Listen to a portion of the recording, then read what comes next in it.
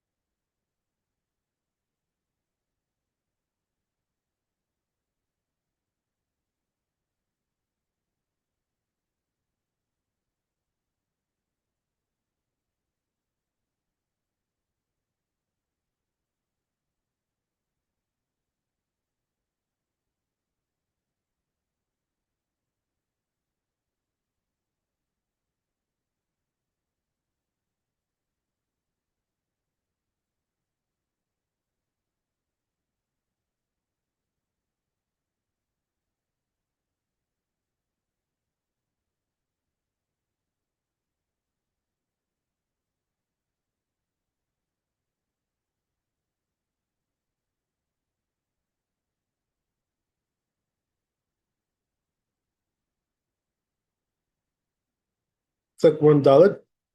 So let's start with there.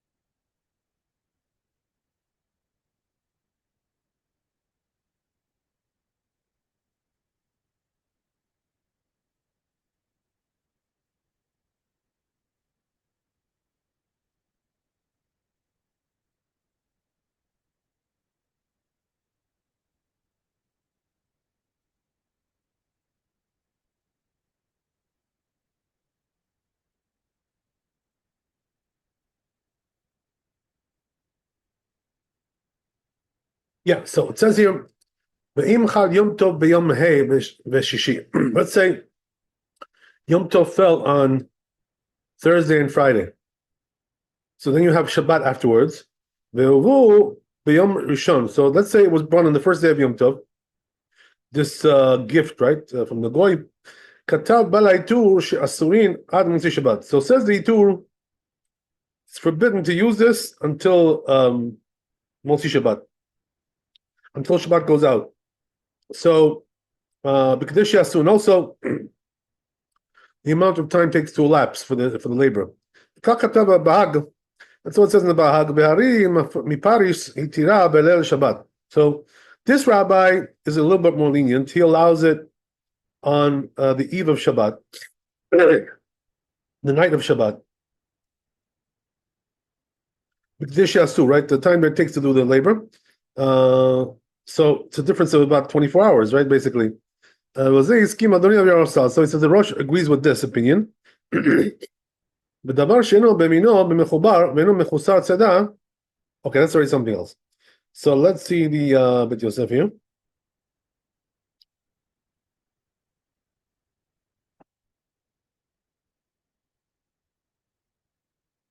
So it says here, Bet Yosef, right? As we said, that Yom Tov fell on Thursday and Friday. So it says, because if it was brought on the second day of Yom Tov, which was Friday, So then, even according to Rashi, you would have to wait ad Motzei Shabbat until the outgoing of Shabbat. Because in time it takes to do labor. Like we explained, but he says when it was born on the first day of Yom Tov, according to Rashi, it's allowed the next night. The time that it takes to do the labor. According to Rabbeinu Tam, it's forbidden on the second day as well until the third night, right, which is Shabbat. If you go balaitur, so he says these two rabbis argued regarding this issue. Ledat Rabbeinu Tam, according to Rabbeinu Tam, im asurin ad leil Shabbat, if it's forbidden until the night of Shabbat or the Motzei Shabbat or the outgoing of Shabbat. So it says, even though the Rosh only wrote this opinion, this rabbi, which is allowed on Shabbat, you shouldn't be so stringent. He says you don't have to be so stringent. But we didn't mention the issue of the time that it takes to elapse to do labor. So holds the tour that he only permitted after the time it takes to do the labor. Then because there's no right logic there, right, to be more lenient than that, than to say that after the outgoing of Yom Tov, Shabbat. So it's the same thing as like Yom Tov going out to weekday. בדין זה שנחלקו בו בעל העיטור והרמי פריס כתבו הראש בפרק אמצע דין. So he says this מחלוקת was written in the Rosh, and והתוספות also כתבו שם, they wrote the תוספות there, אומר הרי ביום טוב שחל להיות בחמישי. So he says that the Ri says that the Yom Tov which falls on Thursday, b'Shabbat, over Shabbat, and also Friday, or be'echad b'Shabbat, or let's say it falls on Sunday, b'Sheni b'Shabbat, and all Monday, right? So either way, you got 3 days in a row going on. Haba b'Yom Rishon shareh le'Yom Shlishi. So either way, he says, right, that when it comes on the first day of Yom Tov, it's going to be forbidden on the right the night after, which is the third night, the night after Yom Tov ends. Okay.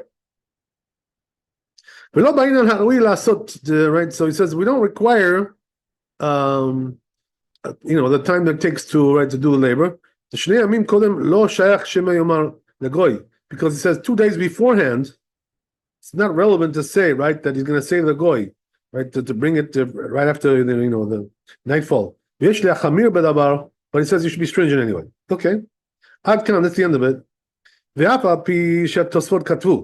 And even though Tosfot said שיש להחמיר בדבר, they should be stringent, כתב הראש, says the Rosh, the מסתבר כדת Ri, but it says the more right plausible opinion here, it says is the Ri, who's lenient. Okay, good. So then he goes on here, כתוב בטומאת הדשן, it says in this book, לדברי הסמ"ק, according to סמ"ק, דקאמר דדבר שיש בו חשש מחובר, that he said, right, that something which has concern that it's going to be attached to the ground, right? In other words, it's a possibility. Or tzada, or there's an issue of the trapping, as we said. Shuvah b'Yom Tov Rishon, that was born on the first day of Yom Tov.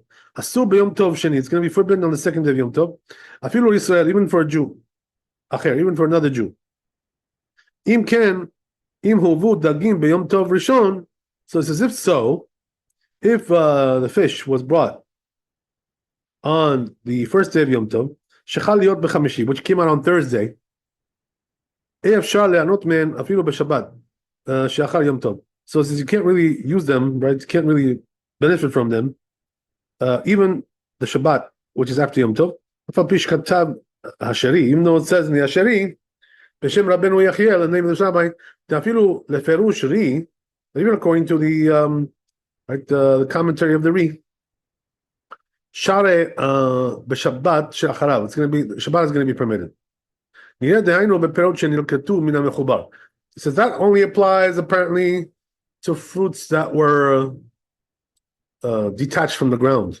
Techazu leShabbat lemichlinu. So it's going to be fitting for Shabbat to eat them. Chaim, right? Raw. About dagim tzrichim b'shul, but it says when it comes to fish, right? That they need to be cooked. Right? I guess they weren't eating sushi in those days. Right? Tzrichim b'shul. V'Shabbat asurim. It says the Shabbat they're forbidden. And then you cannot cook them on Shabbat, obviously. V'yom tov sheni nami. So this is also on the second day. Eifshar levashlan. You cannot really cook them on the second day. Why? Mishum de muktzin hen, because they're muktzah. Asurin afilu leIsrael. So therefore they're forbidden even to Israel acher, to another Jew. Okay, that's the end of this quotation here, which comes from the from Atadeshim. Okay, good. So then he goes on. Katava kolbo. Says kolbo. שנוהגים היתר בחכמי נוליל וגם הראב"ד ז"ל בפירות. So he says that these rabbis, right, are lenient when it comes to fruits, or bebetzar, or right, an egg. שנולדה ביום טוב. That was late on Yom Tov. הראשון, the first day of Yom Tov. של ראש השנה בראש השנה. והוא ביום חמישי בשבת. It comes out on Thursday. לפי ששני ימים של ראש השנה אינן משום קדושה אחד. So he says, because the 2 days of Rosh Hashanah, he says, they're not really one day of holiness, ela mishum gezerah, it's only a degree. In other words, the rabbis decreed that, but from the Torah, it's not like that.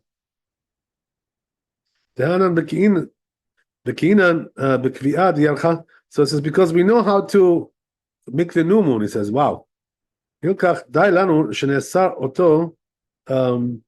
הדבר לעצמו של יום טוב. So he says, therefore, it's enough that we should forbid it on Yom Tov itself. שני, right, the second day of Yom Tov. שני ימים הם יום האריכתא, because those 2 days are like one long day. ולא נאסור אותו ליום השבת. But says, we're not going to forbid it also on Shabbat. משום גזירה אחרת, did not make another decree, right, on top of that. תהכנה, because of preparation. שאין לנו גזור, שתי גזירות, זו הגחזו. So it says, the rule is, right, in the Talmud, it says this, many places, that we don't make a decree on top of a decree, it's not like, you're piling up the decrees, like, oh, let me make another one. Let's do another one, the icing on the cake, right? It's enough already, okay? There's enough icing there. We got enough already as it is, right? So don't make another decree on a decree. So yeah, that's the story there.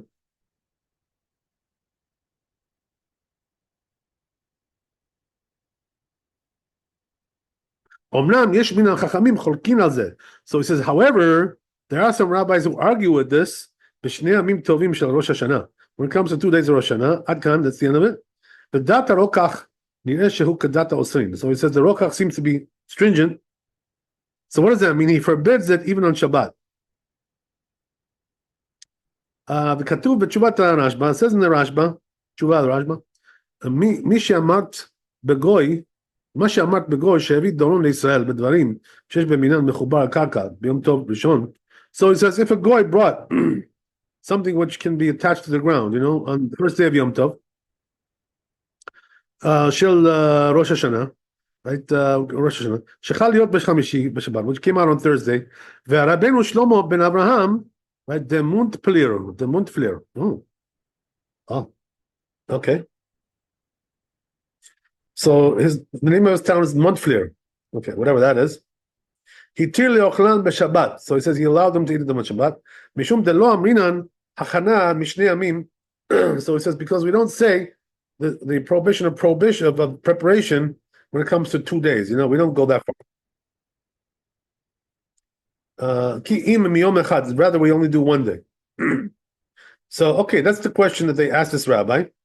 Teshuvah, right? So he brings this is the answer. Mihu sheavo achar rav zal et asher kvar asa. So he says, right? Who can come after this big rabbi, right? After what he did, ukvar hora zaken be'achana. So he says he already decreed regarding the preparation, the Rabbanan.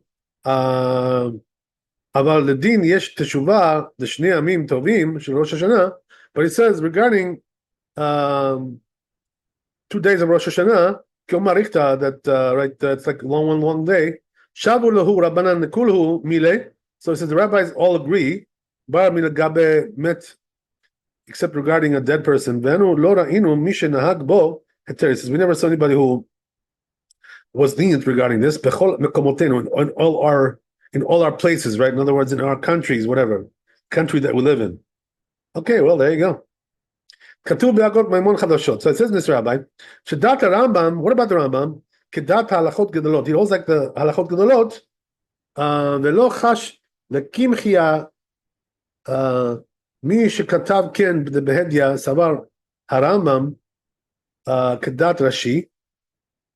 Sharei katav bepek aleph shni amim tovim elu shel galuyot shti kedushot hen v'enam keyom echad. So the Rambam says like this, right? That the 2 days of the diaspora of Yom Tov, they're not really one day. It's 2 different days, right? So therefore, something which is muktzah the first day, like Oshen or Lad Barishon, or it was created on the first day,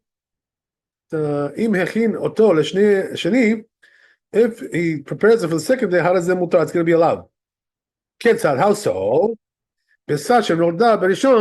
So he says like this, the way it works is like this, right? That an egg which was laid on the first day, tochal b'sheni, it can be eaten on the second day. Chayav of sheni tzodu, and also an animal, right, or a bird that were trapped. Barishon on the first day, yochlu b'sheni. They can eat on the second day. Davar mechubar lekarka, something which is attached to the ground, shenekar barishon, which was uprooted on the first day, yochal b'sheni, right, they can eat on the second day. So it didn't differentiate between something which was trapped or it was picked. Bishvil Israel shenitzodu v'nitlashu bishvil goy.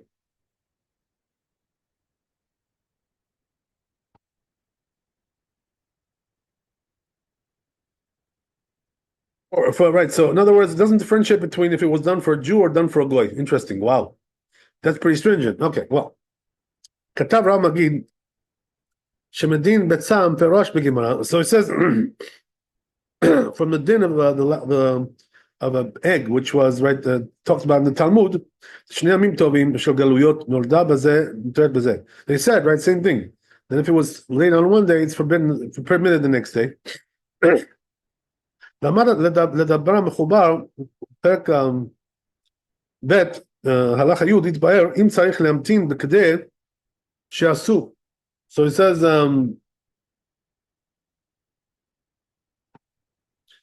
it'll be explained over there if he has to wait, right, the time that it takes to elapse to do the labor.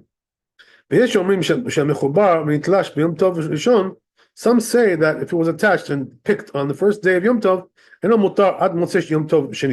not going to be permitted until the second day goes out, right, of Yom Tov. But and also the time that it takes to do labor. So he says the main right halacha is like Rabbeinu, right, which is the Rambam. Also the Rashba agrees with that. That's the end of it. Okay, very nice. Katav Rabbeinu Yerucham, says this rabbi, Shaken Dat Rabban. Rabban also seems to agree with this. Ve'arif, also the Rif. V'shaken Hora Rashba, also the Rashba. Halacha l'maser. That's how he paskin, practically speaking. Okay, good. Ukva katabti she'aran gam ken katav shedivre Rashi ikar. So he says we already wrote that the Ran holds that Rashi is the halacha. But on the other hand, right, the Rosh seems to go like Rabbeinu Tam, who was more stringent, as we said. Because he wrote right regarding this rabbi from Paris, right? Shem Ledat Rabbeinu Tam. That's according to Rabbeinu Tam, that opinion. Mistaber, right? That's the way he paskins, like Rabbeinu Tam. Besamag Katav Gamken Shari Yitzchak Bar Shemuel Haya Noheg Halacha Lemaaseh Kedat Halachot Gedolot. So this rabbi also was doing like halachot gedolot. So he says, what's the halacha? Right, bottom line, right? Bet Yosef. Naktinan keanach ravata desharu derabim gdolim hem midi derabanan. So he says, right, we paskin like the lenient opinion, right here. So the question is, why? Why is that, right? So he says, because they are the majority, number one. Number two, they're big rabbis, with big shoulders, right? big guys, right? And also, it's only a rabbinical prohibition. So therefore, right? Why should we be stringent? There's no reason. Okay, good point, right? So what do you see from here, by the way? You see that the Bet Yosef teaches you how to paskin halacha, how to weigh these things properly. There's rules. There's all kinds of general rules that apply to these things. So these are important things to understand, because then, right, what happens is that once you learn how they paskin halacha, then also you can paskin the halacha, right? Using, emulating their ways. That's the way it goes, right? Emulating the ways of the big chachamim, the Maram Bet Yosef. Okay, so that's the way it goes. All right, good. So then he goes on. Katab Samag, right? It says in the Samag, Im liket goy b'Shabbat perot v'tzad dagim b'shvil goyim. So he says if he picked, right, goy on Shabbat fruits, or he he trapped some fish, right? He caught some fish. Bishvil goyim, but he did it for goyim, right? He didn't do it for Jews. He did it for goyim. Bishvil Israel asur lemotzi Shabbat. So he says, therefore he says it's going to be forbidden, right, for the Jew on Shabbat until Shabbat goes out, and also time elapses to do the labor. כמו שמפורש בירושלמי, like it says in Yerushalmi, אבל אם אין ידוע אם בשביל ישראל צד דגים בשבת, but he says if we don't know, right, whether he did this for the Jew, right, this labor on Shabbat, if not, right, we're not sure about it. או בהפך, right, or the opposite, שידוע לכל שבשביל ישראל נעשה, אבל ספק אם נלקטו היום בשבת, אם לאו, אותו היום אסור משום ספק מוכן, אומנם הם מותרים למוצאי שבת מיד. So he says, on Shabbat it's forbidden, but right after Shabbat goes out, you can use it right away, right? You don't have to wait till the time that it takes to elapse to do the labor. Good. Kishmuel, right? Like Shmuel, okay. Beshpek Shoel, like it says over there in Shabbat, Kufnu Nalav Amud Aleph, the Amar En Sarich Leamtin Ben Motzei Shabbat. So he says, right, you don't have to wait after Shabbat goes out, in order to do the labor. Gabeha Detnan Goy Shevi Chalilin. So what was that regarding? That was regarding the issue of a goy that brought some, musical instruments, some flutes, right? So my question is, can you use them, right? So he says, Lo Yispot B'hem B'Yisrael. A Jew cannot use those instruments on Yom Tov. Ela im ken ba'u b'makom karov, unless they came from a close by place. So Shmuel says, right, we're concerned that maybe they spent the night outside the wall of the city. So what does that mean? Perush chashasha zo lekula yesh lanu lomar sheba'u mimakom karov mutar ad kan hashos. So he said this is like a leniency. So what is Shmuel saying? That it could be, that they spent the night outside the city, so they never really, were like far away, So that therefore, since that could be the case, so therefore it's allowed, okay.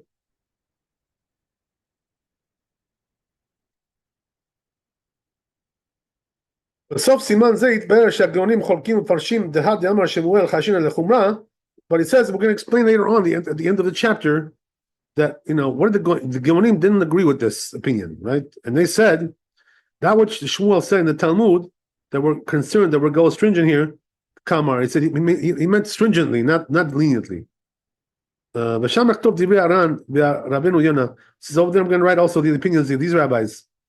The mashma minayu, because it implies from their words, afilu ledivrei farshim, that even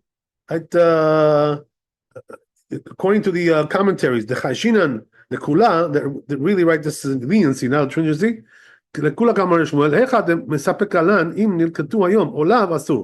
they hold, right, that when there is a doubt, you have to go stringent over here. Okay, good. So, okay, we have a little bit more here. Let's finish with Bet Yosef. Let's go on.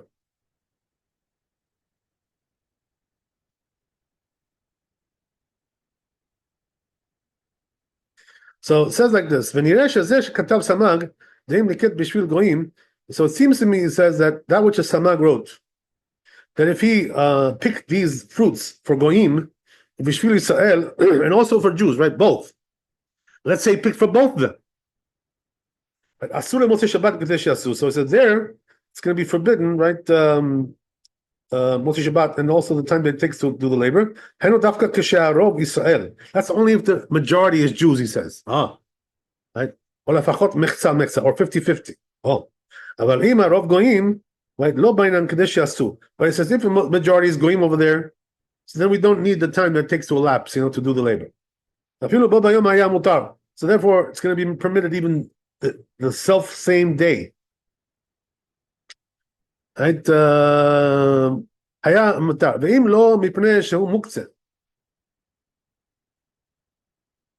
if it wasn't for the fact that it's muktzah, he says, right? That's the only thing that holds us back from using it that day. But besides that, right, there will be no problem. Okay, it's like a hypothetical kind of thing here. So that's what the Rosh says also. The kimach shenitchan b'yayom sharat be'ir sheruba goyim. So it says if the flour was ground, they ground some wheat, to make flour on that day, right? Which is Yom Tov. So the rule is that if the majority of that city is goyim, you're allowed to use that flour, right? Like we said, because of the majority. Why is that? Because since the majority is goyim, he says, that means the goy was intending to give mainly to the goyim. So Rabbeinu, the Tur also writes this a different chapter. So says this rabbi, so he says, what about mushrooms and truffles, which were brought by a goy for a Jew? So he says they're forbidden. Okay. So it says, what's the novel idea here, right? Like, what would you think? They're permitted? So it says, because, even though mushrooms and truffles, right, are attached to the ground, but they don't really get their nourishment from there, as the Chazal say, right, the rabbis. They say that the mushrooms are nourished not from the ground, they're nourished from the air, So therefore, right, you may think that it's allowed because there's no nourishment coming from the roots. So it comes and tells you, no, it's still attached though, right? So, you gotta be stringent. Okay, good. לא חשיב במחובר קרקע, מאחר שגם על העצים הם גדלים, לפעמים דכיוון דמקום גדלתן הוא כמחובר לקרקע דמה. So he says, but nevertheless, right, they're attached, bottom line, right? That's the bottom line. So therefore, we cannot play around with that. Okay. Like we said in this parak, in the Gemara, Shabbat Kuf Zayin Amud Bet, Hai man de akar petura. Right, so it says over there that if you detach, here we go, right? If you detach a mushroom on Shabbat, you are liable, right? Why? Because after all, it's attached to the ground. There you go, right? And don't tell me those excuses, oh yeah, well, they don't get nourished from there. Okay, whatever, but it's attached, It is what it is.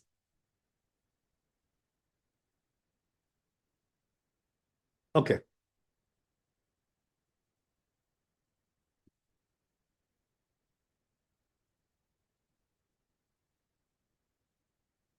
By the way, there is a practical difference, regarding the fact that the mushrooms don't get nourished from the ground. You know what the practical difference is? What's the blessing on mushrooms? Anybody know? Shehakol. Oh, why is that? Because they don't grow from the ground. Exactly. They don't get nourished from there, So therefore, we make sheakol. It's not hadama. You may think, well, it grows from the ground. Yeah, but, they don't get nourished from the ground. So therefore, we make sheakol. Right. So there is a practical difference there, But when it comes to Shabbat, you're liable, baby. Right? No, there's no way out of that, right? There's no way to escape. Okay, there you go, right? So good.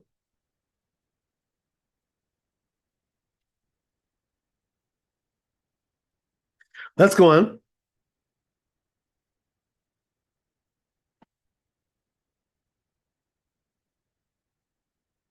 It says in the Gemara over there in Mem Amud Aleph, right? In Eruvin. Hanu b'nei Genana tegazu lehu goyim asa b'yoma tava leurta shara lehu rabina leoruche lealtar atu v'shailuhu lerava.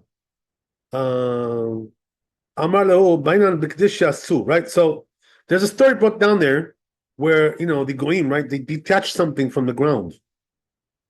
Right, and then they asked the rabbi there, right? When are we allowed to eat this thing? So the answer is, right, you got to wait till Shabbat is over, right? It was Yom Tov. I'm sorry, not Shabbat. You got to wait till Yom Tov is over, and also, right, the time that takes elapses to do the labor. So he was, a little bit on the stringent side there. Okay. So then the rabbis asked him. Right, I'm sorry. So the Ran says regarding this, the Perek En Sadin, right over there in Yudal Amud Aleph. V'im tomar ve'amay matzechin le'ariach kedei she'asu deha mechubar mutar le'ariach bo. So here's the clincher now. Right, nice question here. So the Ran says over here, right, that this thing that they detach from the ground in the Talmud there, it's not talking about food. So then what was it? It was like a fragrant branch, right? Whatever, right? So it was for smelling, smelling purposes, right? So the Ran says good question here, which is, right, why would you require the time that it takes to do the labor when it comes to fragrances, fragrant herbs? Because after all, right, you can even smell them when they're attached to the ground. So detaching them doesn't really help you to smell them. So then why would you have to wait the time that elapses to do the labor? Good question. So what's the answer to that?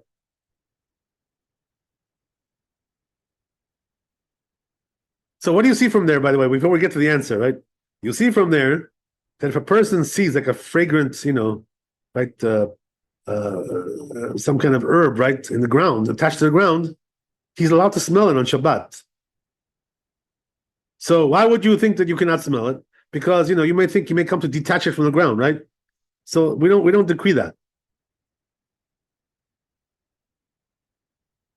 Like we said, regarding the trees, right? We said, if you remember, we talked about that like a while ago, that a person cannot use a tree on Shabbat or Yom Tov to put something there, to place things over there, to use it for all kinds of things like that.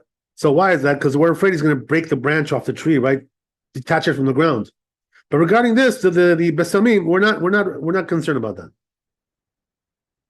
So therefore, it's allowed. Good question, right? So what's the answer to that? So he brings the Gemara, right, which proves this. Where's the Gemara? It says in Masechet Sukkah, Lamed Zayin Amud Bet, right? Hadas be'mechubar mutar li'arech bo, right? So it says if you see some myrtles, right, which are attached, to the ground, you're allowed to smell them on Yom Tov. Right? So then, what's the problem? So he answers, Yesh Tomar, Kevan de'i efshar lahem lishtamesh mimenu b'makom zeh la'idei geziza asur li'ariach bo. So he says, by the way, I thought of this, I kind of it came to my mind. I don't want to take any credit for it. But anyway, right, let the Gemara take credit.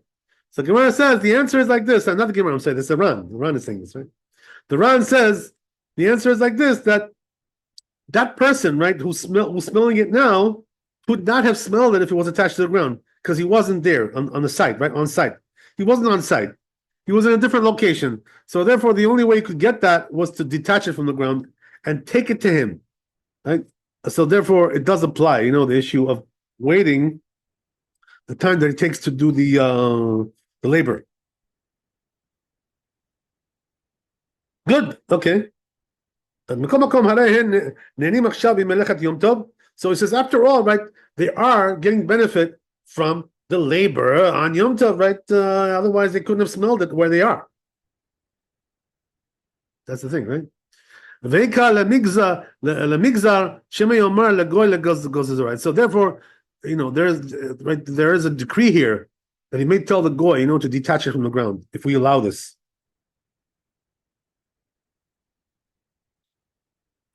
Okay, that's the end of the Bet Yosef. So let's see the tour. I'm sorry, the Shulchan Aruch, right? And we're done.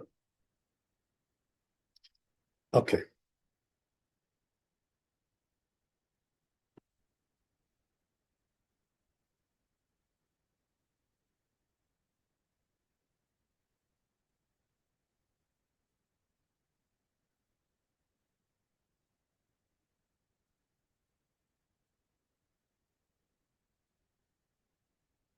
Okay, so we're doing Daled. So it says like this, right? Eno Yehudi she'avit doron Israel. Midvarim sheyesh b'imanu mechubar. So let's say a goy, right, as we said, brings some kind of a gift for a Jew, and these are things that which are attached to the ground, as a general rule, right? Right, the fruits, as we said, right? Whatever. B'Yom Tov Rishon, first day of Yom Tov, he brought it for him. Shel Rosh Hashanah. If it was the first day of Yom Rosh Hashanah, shechal liot behei b'Shabbat. So it turns out to be on Thursday, right? This Rosh Hashanah, right? So you got 3 days in a row. You got Rosh Hashanah 2 days, and then Shabbat right afterwards, 3 days. So he says, right, that some opinions allow to eat this, right, on Shabbat, the time that it takes to do the labor. Right? And he says some forbid this. So interesting. Oh. So some forbid, some permit, right? Okay. So says the Rama here, Haga, so it says the Rama, and since the custom is to be stringent, right, regarding the 2 days of Yom Tov, even the diaspora days, right? Not only Rosh Hashanah. So he says the same thing will be here as well. We're going to be stringent, right? So Ashkenazim are stringent about this. That's clear, right? So what does that mean? They're going to wait till Shabbat goes out, right? In other words, they have to wait 3 days. And then also the time that it takes to do the labor. So we're going in the stringent territory. So then he goes on, so he says, but the halacha, right, would be like this. He says, that when it comes to 2 days of Rosh Hashanah, they should be stringent also on Shabbat. But it says when it comes to the 2 days of diaspora, right, you can be lenient on Shabbat, which is afterwards, after Yom Tov. So that's only regarding fruits which don't need preparation. On Yom Tov. שלפני שבת, which is before Shabbat.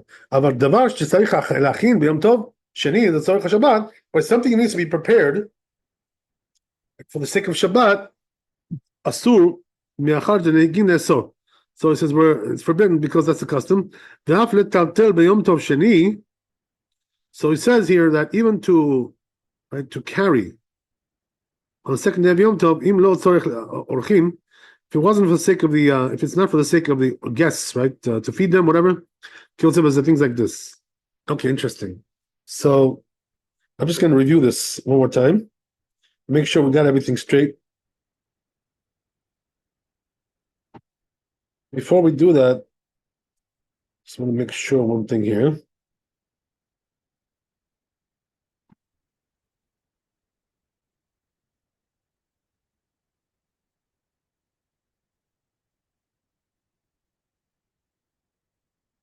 Yeah, so this is Daled. Right? We just did this in Shulchan Aruch.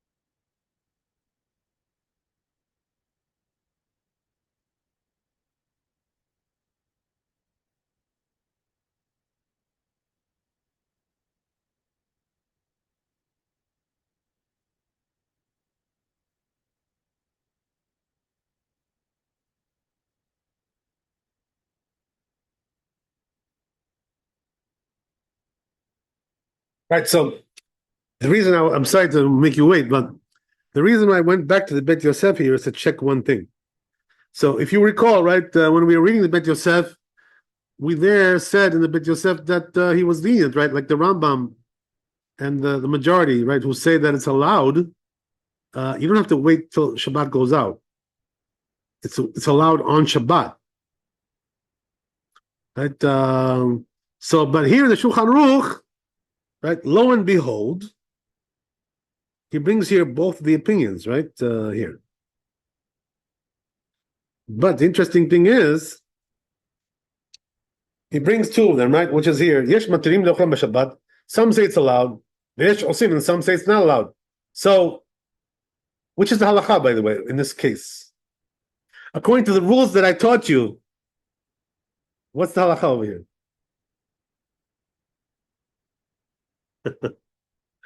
Okay, so because it was stringent. Right, why is that? Because I don't know. Okay, so I'll remind you, right? Yesh ve'yesh, right? When it's yesh and yesh, the halacha is like the last one. This is the rule, you know? So this is what it is over here, right? Yesh, yesh. So we go like the last one, which is the stringent one. So now the question is like this, right? Is the Shulchan Aruch here contradicting what he said in the Bet Yosef? Because in the Bet Yosef, he was lenient, right? He said, we go like the lenient opinion. And over here, it seems to be going stringent. So is there a contradiction here? Did he change his mind? Or no? Right? So the answer is, right, after I looked at it just now, I reviewed a little bit, right, what he said there. Apparently, there was no change of mind over here, right? There was no change of mind and no change of heart. So then what was it? Right? So, because over there, he was talking about one thing. Over here, he's talking about something else. Over there, he was talking about, the 2 days of Yom Tov in diaspora, right? You know, right? Whether it's Sukkot or Pesach, right? 2 days, right? So those are two separate days. So over there, we're lenient, you know? That's what he said over there. But here he's talking about Rosh Hashanah. Oh, so when it comes to Rosh Hashanah, we go stringent, right? That's no contradiction. So why is that? Because when it comes to Rosh Hashanah, right, the rabbis decreed that it's one long holy day of holiness, right? So it's not like 2 days. So therefore, what you have to do here is to be stringent and and not use this item, right? This fruit, whatever it is, right? Or this animal, right? That was trapped. You can't use it until when? Until Shabbat goes out. If it's Rosh Hashanah, which is considered to be like one long day of holiness, right? According to the rabbis, not from the Torah. From the Torah, there's only 1 day of Rosh Hashanah. There's not two, right? You know, the rabbis made 2 days, right? You know, there's a reason for that, by the way, why they did that. I posted this on the internet. If you guys want to see, right? Look it up and see there what I wrote about that. Why they decreed there should be 2 days of Rosh Hashanah. But the interesting thing is, right, that when it comes to the other Yom Tovs in the diaspora, right, they don't keep this in Israel, right? When it comes to Rosh Hashanah, they keep it even in Israel. 2 days. So it's not the same thing, right? Two different things altogether. So you can't compare one to the other, right? And the same thing applies over here as well. So, right, okay, so that's the Shulchan Aruch. And then comes the Ramah and says, we're also stringent, right? We go stringent over here. So, right, therefore, but he also adds another factor, which is that he says, we Ashkenazim, we're even stringent when it comes to 2 days in the diaspora. So that's already, a different ballgame, right? They're even more stringent, which is the usual thing, right? Sephardim are lenient, Ashkenazim are stringent, right? 2 different worlds, It's right. It's one nation, but it's 2 different arms of the 2 different. Okay, so that's the way it goes, right? So just to recap, right? What did the Ramah say here? The Ramah said they're stringent regarding both things. So what does that mean? They would wait until Shabbat goes out. That's what it means. Either way, whether it's Rosh Hashanah or some other Yom Tov. Okay, that's one thing. Now the other thing is, right?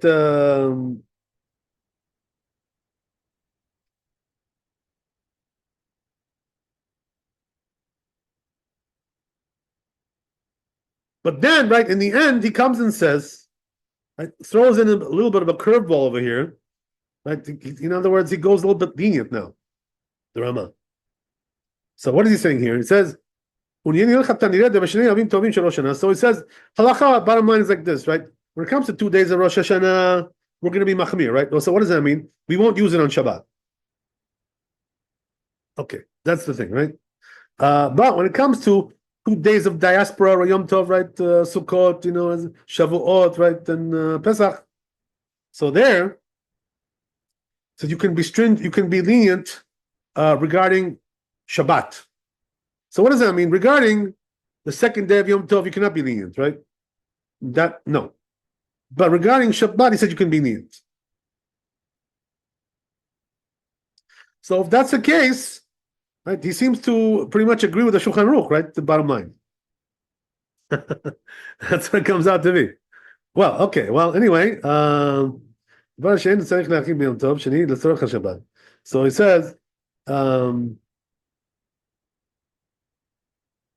that only applies when the fruits don't need preparation, right? Because you're not allowed to prepare from Yom Tov to Shabbat, so that will be forbidden. So what does that mean? If you have to prepare it on the second day of Yom Tov in order to eat it on Shabbat, you're not allowed to, right? You're not allowed to have it on Shabbat because of the laws of preparation.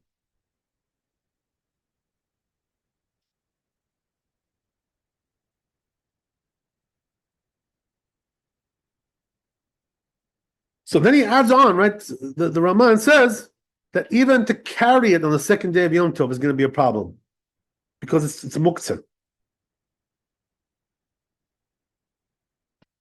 Unless it's for the need of guests, he says. Right, which is more like a leniency, as we already saw before in the Ramah. So, okay, let me just go back to the one before this, and just to remind myself here.